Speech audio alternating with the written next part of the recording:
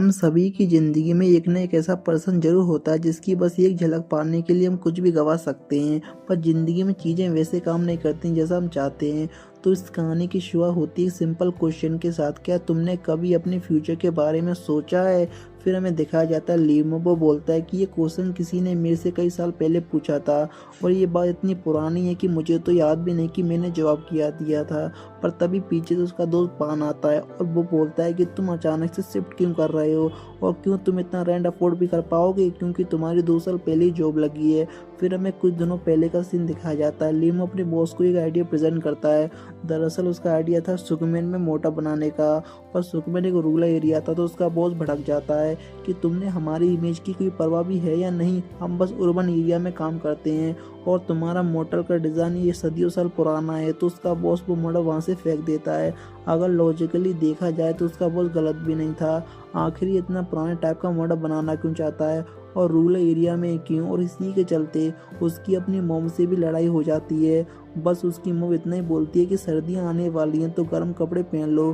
पर वो चीज़ को लेकर इतना फ्रस्ट्रेट था वो घर छोड़ के चला जाता है।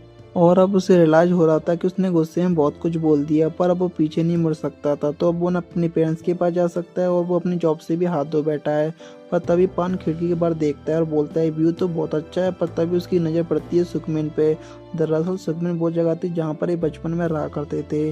तो वो जैसे ही खिड़की खोलता है आसपास के पेपर उड़ने लग जाते हैं। पर तभी उसकी नज़र पड़ती है कैसेट पे, और जब वो उस कैसेट को साफ करके देखता है उसकी आंखें फटी की फटी रह जाती हैं, क्योंकि इस पे लिखा हुआ था लिटिल रेन देन सन, जो कि उसके हिसाब से कैसे यहाँ पर होनी नहीं चाहिए थी।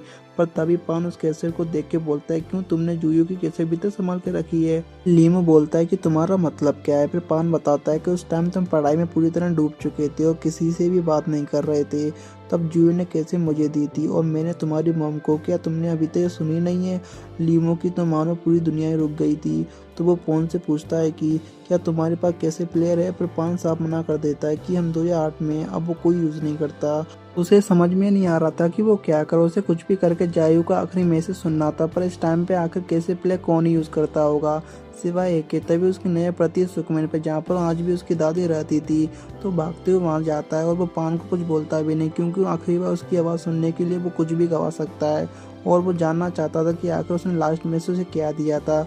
फिर कहानी जाती है पास्ट में। साल था 1999। ये तीनों ही स्कूल से भागते हुए आ रहे थे, क्योंकि उस टाइम पे कैसे प्लेयर नए आए थे। तो ये तीनों घंटे बैठ के गाने सुनते थे और तीनों ही अपने अलग अलग कैसे लाते थे।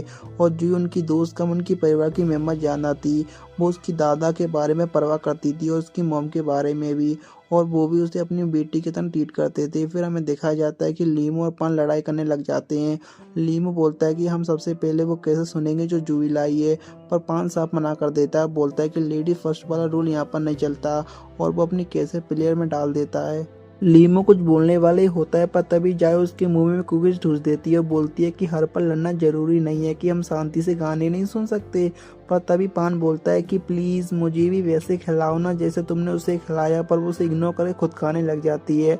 पर तभी पान बोलता है कि मुझे पता ही था कि तुम बस उसे ही पसंद करती हो। और ये सुनने के बाद तो उसके गले में कुकी अटक जाती है। लीमो शर्मा के बोलती है कि ये फालतू की बातें करना बंद करो। और ऐसा रिएक्शन देखने के बाद पान वही करता है जो हर एक दोस्त करेगा। वो चिल्ला चिल्ला के पूरे मोहल्ले में बताने लग जाता है कि ये दोनों एक दूसरे को पसंद करते हैं। और जायो तो ब्लश कर रही थी, पर तभी वो देखती है कि पान की सीढ़ी खराब हो चुकी है। फिर लीमो बोलता है कि ये तुम्हारी पनिशमेंट है। पर तभी जायो अपनी कैसे यूज करती है और बोलती है कि लड़ना बंद करो और शांति से म्यूजिक सुनो। अब ये तीनों से आराम से म्यूजिक सुन रहे होते हैं। जायो पान की कैसे सही कर रही होती है और लीमो चुप चुप कर उसे ड्रॉ कर रहा होता है, और पान उसको तो बस अपने खाने से मतलब था। इनकी लाइफ में कोई भी दुख और कोई भी प्रॉब्लम नहीं थी अभी तक। तो इसके बाद शाम को जायो अपने घर जाने लग जाती है, पर लीमो के ग्रैंडपा बोलते हैं क्या तुम खाना खाने के लिए नहीं रुक रही? पर वो मना कर देती है, क्योंकि उसे कल के टेस्ट के लिए प्रैक्टिस करनी थी। जायो हर चीज़ में परफेक्ट थी, तभी उसका परिवार भी उसे अलग नहीं समझता था। फिर लीमो के दादा लीमो को टीज करते हुए बोलते हैं तुम्हें उसे घर छोड़ना चाहिए, पर वो उन पर गुस्सा करते हुए बोलता है कि आप भी पान की तरह बहुत कर रहे हो। और तभी अचानक से किसी के गिरने की आवाज़ आती है। जायो गिर चुकी थी और उसके पैर में मोच आ चुकी थी। लीमो उसे अपने कंधे पर बिठाकर उसे घर छोड़कर आता है, और आधे रास्ते में वो बोलती है कि तुम मुझे अब नीचे छोड़ दो, मैं यहाँ से चली जाऊँगी। पर लीमू उसका मजाक उड़ाते हुए बोलता है कि मैंने कुछ देर पहले कोशिश करी थी, पर तुम बच्चों की तरह रोने लगी थी। फिर वो उसका गाल खींचते हुए बोलती है कि ज़्यादा मुंह मत चलाओ और मुझे तुम यहाँ पर ही छोड़ दो, मैं यहीं पर तुम्हारे लिए कह रही हूँ। पर वो उसे बोलता है कि अब बचपना बंद करो, क्योंकि अगर तुम ऐसी करती रही तो हम दोनों ही गिर जाएंगे और तुम्हें और चोट लग जाएगी, तो मुझे कस के पकड़ लो। और वो एक ब्लस्ट के साथ उसे टाइट पकड़ लेती है। फिर लीमा बोलता है कि तुम्हारे पैर में कुछ ज़्यादा ही चोट आ चुकी है, तो मुझे नहीं लगता कि तुम कल स्कूल आ पाओगे। फिर जाए उसे एक केस देती है कि तुम सारे लेक्चर्स में रिकॉर्ड कर लेना और बीच बीच में कुछ फ़नी भी बोलते रहना कि बोर ना हूँ। और अगले दिन वो वैसे ही करता है। वो उसकी मॉम के हाथों कैसे भिजवा देता है और वो लेक्चर से ज़्यादा आराम से उसकी आवाज़ सुन रही थी। इसमें कोई शक नहीं था कि वो उसे पसंद करती है। वो सुनती है कि कैसे उसे टीचर ने पकड़ लिया और पूरी क्लास के सामने उसे गाना गाने के लिए बोल दिया और जायो मानो उस पल में खोई गई थी। फिर कुछ दिनों के बाद उसका पैर ठीक हो जाता है और वो स्कूल वापस आती है। वो उसे कैसे वापस करती है और वो बोलती है कि मैंने इसमें कुछ तुम्हारे लिए रिकॉर्ड करा है, तो तुम घर जाकर उसे सुन लेना। तो वह घर जाके जैसे कैसे सुनता है और उसका पहला क्वेश्चन होता है कि वही क्वेश्चन जो स्टार्टिंग में उसके दिमाग में चल रहा था, क्या तुमने कभी अपने फ्यूचर के बारे में सोचा है? और इसका जवाब वो देता है कि मैं एक मोटर बनाना चाहता हूँ, जिसके फर्स्ट फ्लोर पे पान रहेगा, सेकंड फ्लोर पे मैं और थर्ड फ्लोर पे तुम, और हम पूरे दिन भर म्यूजिक सुनते रहेंगे, चाहे हम कितने बड़े क्यों ना हो जाएं। पर हम जानते हैं कि ऐसा कुछ नहीं हुआ और यही रीज़न था कि वो इस सिक्मे में मोटा बनाना चाहता था। और एक और चीज़ हो सकता है कई लोगों को ये समझ रहा है कि ये कम्युनिकेट कैसे कर रहे हैं। दरअसल जायो अपनी बात टेप में रिकॉर्ड करती है और वो स्कूल में उसे दे देती है और फिर घर जाके वो उसे सुनता है और यही सेम चीज़ लीमो भी रिपीट करता है। वो अपना रिप्लाई उसमें रिकॉर्ड करता है और अगले दिन स्कूल में जाकर उसे दे देता है ताकि वो रात को घर जाकर उसे मैसेज को सुन सके, क्योंकि उस टाइम पे इंस्टाग्राम व्हाट्सअप नहीं था, तो उन्हें मैसेज के लिए एक दिन के लिए वेट करना पड़ता था। और इसके बाद ये ऐसे ही बात करते रहते थे, इससे कोई फ़र्क नहीं पड़ता कि वो बात क्या है। वो कुछ भी बात करते थे कि जैसे तुम्हारा फेवरेट कलर क्या है या फिर तुम्हारा फेवरेट फ्लावर क्या है। पर वो उसे एक दिन ऐसा मैसेज भेजती है जिसकी उम्मीद उसने कभी नहीं करी थी। वो बोलती है कि मैं यंगपू हाई स्कूल में एडमिशन के लिए एंट्रेंस एग्ज़ाम दे रही हूँ। फिर अगले दिन हमें दिखाया जाता है कि पान भी उस पर गुस्सा होता है। वो बोलता है कि तुम हमारे साथ स्कूल नहीं पढ़ोगी और ये चीज़ तुमने हमें अब तक नहीं बताई। और वो बोलता है कि ये सब छोड़ो, तुम उधर जाओगी कैसे, तुम्हें पता है ना वो स्कूल कितना दूर है। तब वो बताती है कि वो बस स्कूल ही नहीं अपना एड्रेस भी चेंज कर देगी ताकि उसे स्कूल जाने में आसानी हो। और वो बोलती है कि मेरे फादर मुझे फोर्स कर रहे हैं वहाँ पर एडमिशन के लिए।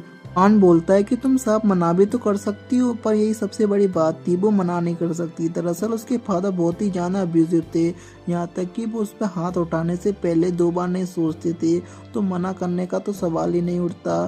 तभी लीमो उसकी चुप्पी तोड़ते हुए बोलता है कि आखिर तुम्हारा डिसीजन क्या है। इसकी आंखों में आंसू होते हैं और वो बोलती है कि मैं नहीं जाना चाहती, पर मेरे फादर कभी नहीं सुनेंगे। और ये सुन के वो उस पर चिल्लाती हुई बोलता है कि जो करना है करो, मुझे फ़र्क नहीं पड़ता।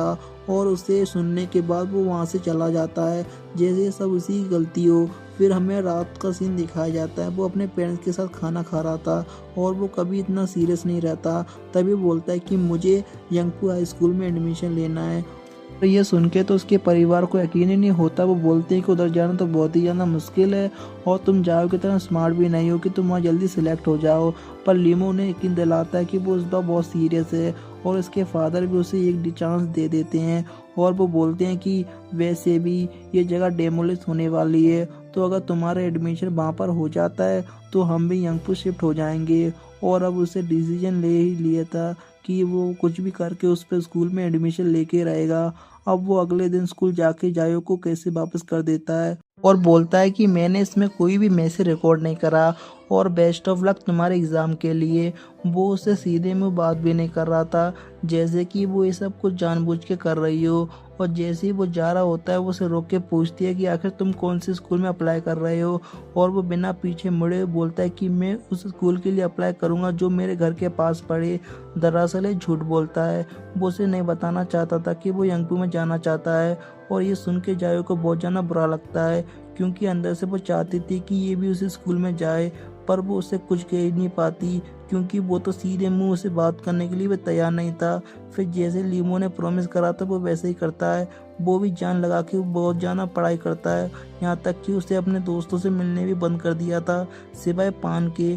और ये बात बस पान को ही पता थी कि वो यंगपू स्कूल के लिए टेस्ट दे रहा है। तो वो बोलता है कि तुम ये बात जायो क्यों नहीं बता रहे हो, वो भी डिजर्व करती है सब जानना। पर लीमो साफ मना कर देता है कि मैं पढ़ाई में उतना अच्छा नहीं हूँ, तो अगर मैं फेल हो गया तो मैं अपनी बेइज्जती नहीं करवाना चाहता। मैं उसे तभी बताऊंगा जब मैं सिलेक्ट हो जाऊंगा। और मानो ना मानो इसकी सबसे बड़ी गलती थी। और दूसरी तरफ जायो परेशान थी। फिर एक दिन जब उसकी पढ़ाई कर रहा होता है उसकी माँ उसके रूम में आती है और बोलती है कि पान ने मुझे ये कैसे दी है। ये वही कैसे होती है जो उसे मूवी की स्टार्टिंग में मिली थी। पर वो पढ़ाई में उतना बिजी होता है, वो अपनी मॉम से बोल दिया था कि वो उसे बॉक्स में डाल दो, मैं उसे बाद में सुन लूँगा। अब फाइनल रिजल्ट का दिन आ चुका था और वो न्यूज़ सबसे पहले जायो को बताना चाहता था। वो भागते उसके घर पर जाता है और नॉक करता है। वो उसे बताना चाहता था कि वो पास हो चुका है और अब वो साथ में स्कूल जा सकते हैं, पर उसके घर पे कोई जवाब नहीं देता। पर बगल वाले घर के अंदर एक औरत आके बताती है कि तुम चिल्ला क्यों रहे हो और क्यों, तुम्हें पता नहीं कल यहाँ पर क्या हुआ था। लीमो कंफ्यूज होता है। फिर वो बताती है कि जायो एग्ज़ाम में फेल हो चुकी थी और इस बेचारी को उसे बाप ने इतना मारा कि वो आज हॉस्पिटल में है। उसे इतनी बुरी तरह मारा कि पुलिस को भी आना पड़ा और ये सुनकर उसकी पूरी दुनिया ही हिल चुकी थी। अब कुछ समय बीत जाता है और वो अभी तक जायो से नहीं मिला था और फाइनली अब टाइम आ चुका था कि जगह छोड़ के जाने वाला था। पर जायो अभी भी उसके आसपास नहीं थी। वो सोचता है जिसके लिए उसने इतना सब कुछ करा अब वो ही उसके साथ नहीं है।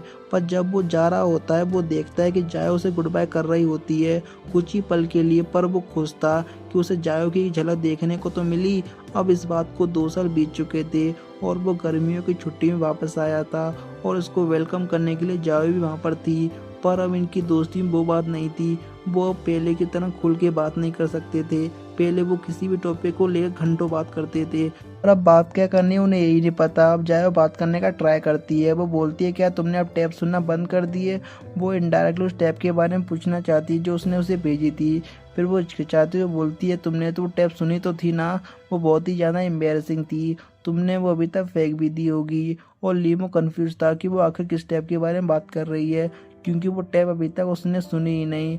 और हम जयो की आंखों में दर्द देख सकते हैं और वो बात करते हुए बोलती है कि नहीं मैं तो बस ऐसे ही भूल रही थी। इसके बाद शाम को वो उसे घर छोड़ने जाता है। पर जायो बोलती है कि अब मैं यहाँ से घर जा सकती हूँ, मैं यहाँ पर बचपन से हूँ तो मुझे रास्ता याद है। और वो बिना किसी बहस के मान भी जाता है। एक पल ऐसा था जायो कि लाख मना करने के बाद भी उसे कंधे पर छोड़ कर आया करता था और आज उसकी एक बार मना करने पर वो मान गया। अब कुछ देर चलने के बाद अब जायो से रहा नहीं जाता। वो डायरेक्ट उससे सवाल पूछ लेती है। वो उससे पूछती है कि क्या ये सच था कि स्कूल में एडमिशन तुमने मेरी वजह से लिया था। पर वो साफ मना कर देता है। वो बोलता है कि मुझे बस अपने पेरेंट्स को प्रूव करना था, इसमें तुम्हारा कोई लेना देना नहीं है। सच में सीन देखे तो मुझे भी इस पर बहुत ज़्यादा गुस्सा आया था। फिर वो बोलता है कि तुम्हें ऐसा क्यों लगा मैंने तुम्हारे लिए किया है। तब वो अपना दर्द छुपाने के लिए एक स्माइल करती है और वो बोलती है कि ये बात मुझे पान ने कही थी। तब लीमो बोलता है कि तुम्हें उसकी बात पे यकीन भी हो गया, तुम जानती हो ना कि वो बेवकूफ़ है और वो कुछ भी बोलता रहता है। फिर जय बोलती है कि मुझे लगा ही था और वो बोलती है कि अब मुझे घर जाना चाहिए। और ये दोनों ही अपोजिट डायरेक्शन में चले जाते हैं और दोनों में से कोई भी पीछे मुड़ के नहीं देखता। सच में हालात बहुत ही ज़्यादा बदल चुके थे। फिर हमें कुछ दिनों के बाद का सीन दिखाया जाता है। लीमो और पान ट्रैफिक में फंसे हुए थे और पान बोलता है कि मुझे नहीं लगता कि हम एयरपोर्ट पहुंच सकते हैं। दरअसल जायो स्टडी के लिए अमेरिका जा रही थी।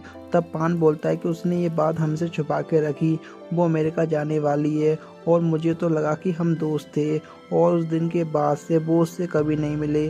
और अब कहानी फिर से प्रेजेंट में आती है। वो अपने दादी के घर पहुंच चुका था और वहीं पर उसे कैसेट प्लेयर मिल चुका था। फिर हमें वो टैप सुनाई जाती है। स्टार्टिंग में वो बातें सुनाई जाती हैं जो पहले हो चुकी हैं। वो उससे नाराज़ होती है और वो उससे बोलती है कि अगर तुमने फिर से बास्केटबॉल खेला तो मैं तुम्हारी मॉम को बता दूंगी। देखा ना कि किस तरह तुम्हारे पैर में चोट लग गई थी। इस पर लीबो बोलता है कि चाहे इसमें खतरा हो या ना हो, मैं वही करना चाहता हूँ जो मेरा मन चाहे। एक सनफ्लावर की तरह वो बस सूरज की तरह उगता है। मैं बस अपनी ज़िंदगी में ग्रो करना चाहता हूँ और वैसे ही जीना चाहता हूँ जैसे मैं चाहूँ। फिर इसके बाद नेक्स्ट रिकॉर्डिंग प्ले होती है और वो बोलती है कि मैंने इसके बारे में ध्यान से सोचा, मैं भी सनफ्लावर की तरह ग्रो करना चाहती हूँ और मैं नहीं चाहती कि मेरी ज़िंदगी में कुछ रिग्रेट हो। मैंने फैसला कर लिया है कि मैं यमपू हाई स्कूल नहीं जाऊँ, क्योंकि मुझे अपनी ज़िंदगी तुम्हारे साथ बितानी है। दरअसल अब तक आपको समझ में आ ही गया होगा कि जायोस जानबूझ के फेल हुई थी ताकि वो लिम्बो के साथ रह सके, और ये सुनने के बाद लिम्बो अपने आंसू रोक नहीं पाता। वो अपने आप को कोसने के अलावा और कुछ कर भी नहीं सकता था। उसके मन में बस रिग्रेट ही था कि काश उस दिन उसने ये टैप सुन ली होती तो आज वो दोनों साथ में होते। जायों को अपनी पूरी ज़िंदगी बस यही लगता रहा कि उसने वो टैप सुन ली है, और वो उसे रिप्लाई इसलिए नहीं दे रहा क्योंकि वो उसे पसंद नहीं करता। लिम्बो को बस एहसास हुआ कि उसने क्या खो दिया। अब ना ही उसके पास जायो का नंबर है, ना ही एड्रेस, और उसे ये भी नहीं पता होता कि वो अपनी लाइफ में मूव ऑन कर भी चुकी है या नहीं। अब पूरी ज़िंदगी वो रिग्रेट के अलावा और कुछ कर भी नहीं सकता। फिर हमें एक टाइम स्किप दिखाया जाता है जहाँ पर उसकी ग्रैंडमा घर वो डेमोलिश होके अब उसने एक मोटर बना लिया है, वही मोटर जिसने उसने बचपन में बात करी थी, और उसको चलाने के लिए पान भी उसकी मदद करता है। और तभी उसके मोटर में एक यंग लेडी आती है, और उसे देखने के बाद वो अपनी जगह पे ही रुक गया था क्योंकि वो लेडी और कोई नहीं जायूं थी। तो फाइनली तीनों को अपनी हैप्पी एंडिंग मिली गई, और अब वो उस मोटल में रह सकते हैं जैसे उन्होंने बचपन में प्लान करा था। इस मूवी का नाम फ्लेवर ऑफ यूथ है। आपको इस मूवी की स्टोरी कैसी लगी हमें कमेंट सेक्शन में ज़रूर बताएं। Thank you for watching.